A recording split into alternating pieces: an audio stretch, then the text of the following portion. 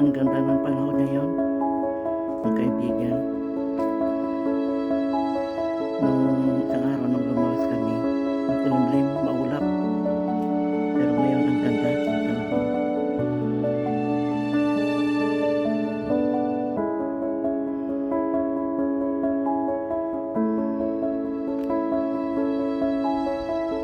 Yung mga bulaklak na yan, hanggang ngayon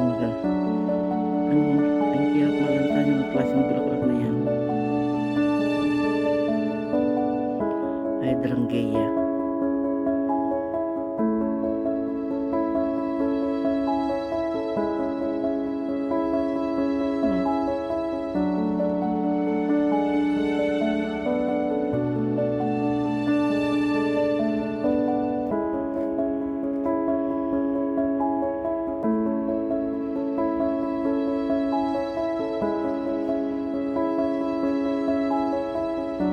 Ay, magandang araw, magandang panahon yan. Dito po, ang komunidad na ito, dito kami nakatira, mga kaibigan.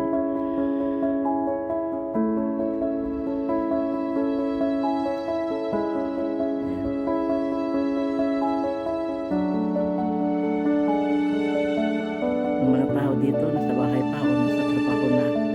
Hindi kagaya sa atin sa Pilipinas na pag ganun ang daming tao sa labas ng bahay. Ang dami. Pero dito wala. Bihira lang. Kung may maglalakad,